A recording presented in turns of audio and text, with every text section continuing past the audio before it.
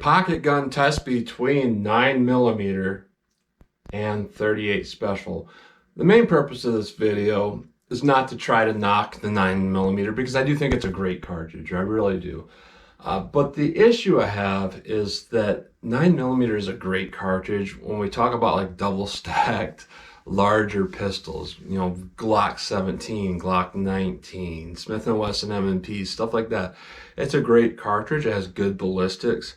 And I actually really like the 9mm, and a lot of people get this misconception. I don't even really know where that came from, other than I started doing ballistic testing a lot of times, showing the 9mm, showing 38 Special, just randomly doing it, and people just started freaking out saying, "What are you doing? That's wrong. That's showing that the 9mm is nowhere as good as it is." But the funny thing is, I was using legitimate ammunition, that's carry ammunition and all that. But anyways, back on to the point here. I want to test this particular round, this Buffalo Bore 158 grain lead semi-wad cutter hollow point, because people ask me again and again and again to test this in a snub nose barrel. So what I'm actually going to use to test it in, just to kind of save my wrist a little bit here, is to use my Taurus 605 and 357 Magnum.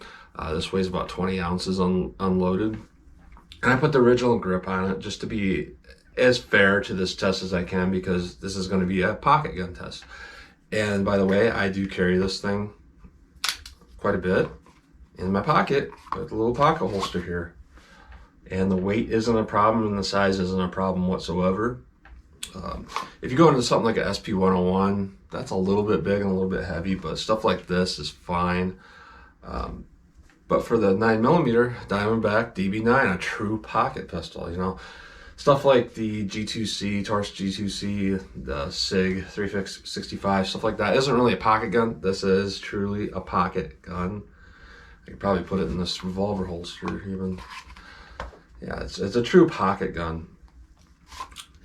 And the thing that's not talked about oftentimes with pocket guns is people will talk about the 9mm ballistics, and they'll quote like a 5-inch barrel ballistics, and not only the ballistics but the reliability, and then they'll transfer that information over to a pocket gun. So well, it's just as good. And then at the same time, people say, "Oh, snub nose barrel, you rob all your power." And I've seen a lot of tests where people take cherry-picked ammunition and they really just show how bad the 38 Special is by using like the worst ammunition, like a lead round nose or some sort of standard pressure garbage round, and they'll put it through the shortest barrel, and then they'll take a 9mm plus P gold dot or something and be like, "Look how good 9mm is." Well, I'm going to do it the other way. I'm going to cherry pick ammunition, but there's legitimate reasons why I'm cherry picking it. The first reason is the most comparable to this round, and this test is about this round basically. The most comparable I have is going to be the silver tip 9mm 147 grain. Why it's comparable is it's a 147 grain. It's closest in weight to this, but also the silver tip is a very soft lead alloy, which is similar to this 38 that is a very soft lead alloy. So it's going to be comparable. And the other reason why I'm using this round is because when we talk about pocket pistols, whether it be 380 or 9mm, it's been my experience that the reliability kind of goes out the door if you don't pick ammunition that's a little bit less powerful, a little bit backed off. I think most of it has to do with the fact that such light pistols, when they recoil, there's a lot more recoil on the slide because it's so much lighter and smaller. But also it's very difficult to get a good grip on this because it's so small, it doesn't really fit my hand. So it wobbles around quite a bit, and that causes more or less limp wrist. Even though I'm not limp wristing, it kind of causes that effect anyways. As where a revolver is not limited by, the ammunition, it's going to function no matter what, because it's a manual function. Essentially, you pull the trigger, it rotates everything. It's not dependent on that slide reciprocating back. So yeah, this is gonna be a little unfair, and it's gonna make some 9mm fanboys kind of mad, probably, but it's correct information. I'm using what I think is going to be more reliable on this pistol, and this is what I would legitimately carry in a pistol like this, because I know that when I go higher end, it's not going to function very well. Just from that extra oomph of that round, it's too much. So let's head out to the range and to see how these two cartridges compare to each other. Does 9mm always, spank the 38? Well, not always. Let's head out to the range and test these two rounds. All right, first up we have that 9mm silver tip. I'm about 5 yards from the target. We'll see what kind of velocity and power we get with this round in this little short 3-inch barrel.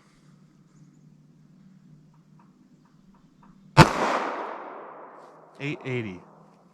Oh, I did have a little bit of an issue feeding here.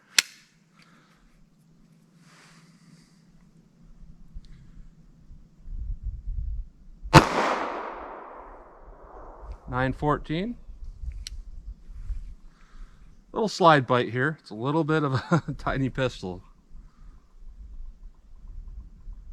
.897.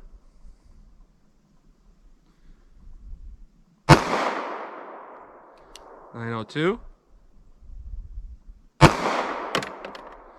.895. So other than that one jam, did relatively well compared to some of the higher end 9mm I've tested in the past. Let's see how that Buffalo Bore 38 Special does. All right, Buffalo Bore 38 Special Plus P. We'll see how this does.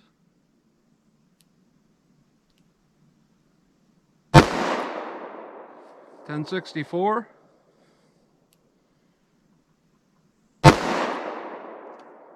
.1056.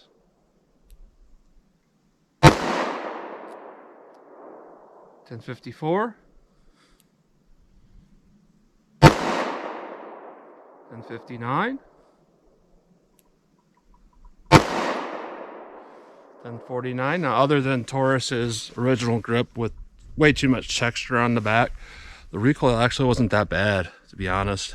If I was going to shoot it in an alloy J-frame, it'd be a lot worse. But as far as this goes, much less recoil than a 357 Magnum. Now let's hit the ballistic box and see how these two compare to each other. And not mentioned at the beginning of the video, my ballistic pack is 1 3/4 inches of bologna, covered by 4 layers of denim, followed by 1/4 inch medium density fiberboard that kind of represents a pectoral muscle, followed by sternum. That represents about 6 inches comparison to ballistics gel, and each water jug represents about 3 inches comparison to gel. So if we can get out the back of jug 3, we're about 15 inches comparison to ballistics gel. Back of jug 2, about 12 inches and so forth. So let's see how the 9mm silver tip does.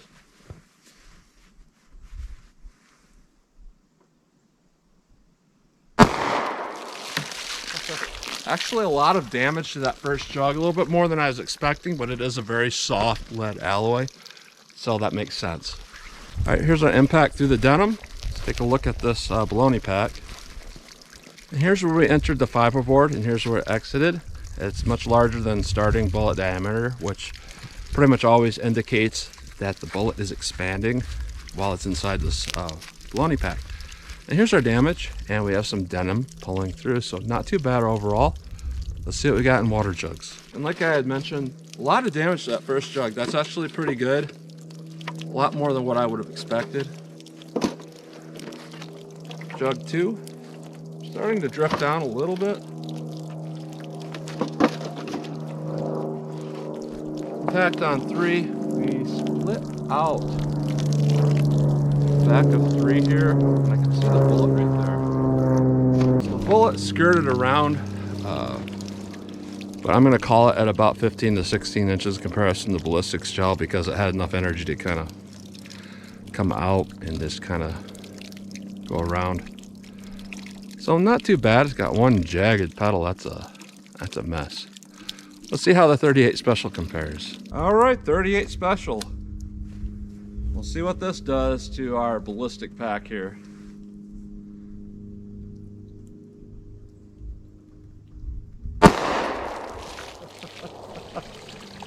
That bologna pack hit me in the leg. It's right down there.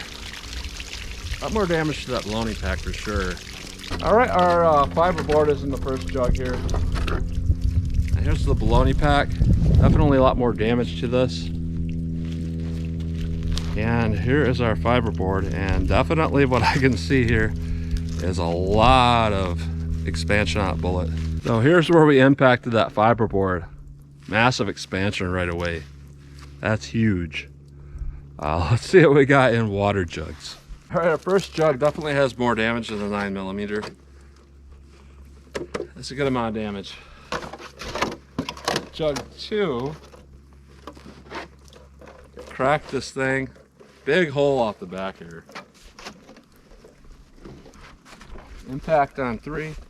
Little dent out the back of 3, indicating about 15 inches compared to the ballistics gel. It's pretty similar in penetration. And what we have is basically the same type of thing going on as we had in the 4-inch barrel. Huge mushroomed bullet. That's a lot of damage there. Since I have a few extra of these rounds, why not launch them off at 50 yards? See what kind of ump they have at that distance. All right, I got my 50-yard metal tank, 9mm. These were shooting a little bit low for me, so I guess I'll aim on top of the tank, see if I can hit it. 50 yards.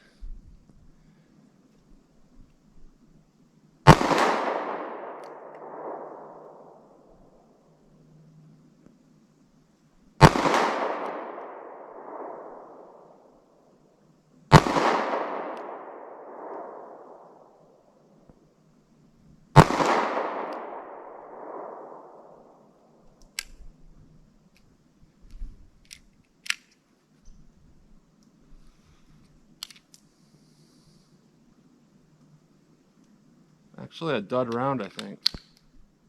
Yeah, it's either it's a dud round or that pistol just isn't firing it right. It's definitely a strike on the back.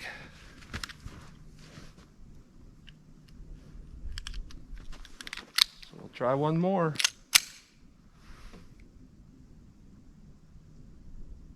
To be honest, I don't know where those were hitting. I see a hole a little bit in the snow, a little bit to the left of the target. Let me try the 38. All right, 38 special. These were shooting just a little bit high for me, so I guess I'm going to aim at the base of the tank.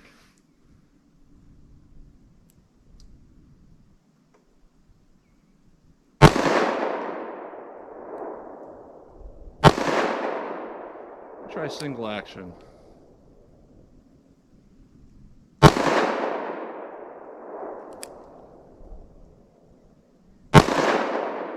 I can't hit anything today with this. This is bad. All right, this is just interesting. I'm not really sure where these rounds hit. Normally I hit stuff at 50 yards with most of my handguns, so I'm not sure what's going on. Wow. That one, I aimed at the base of the tank. That one was left about 2 feet and high by about 2 feet. So what I could say is both of these rounds are terribly off their point of aim and impact at 50 yards. Incredibly off. So definitely not good rounds for long range, because normally I hit something at that distance. So comparing these particular rounds, obviously that 38 Special has more power, and I felt like it's going to be reliable, more reliable than a 9mm pocket pistol.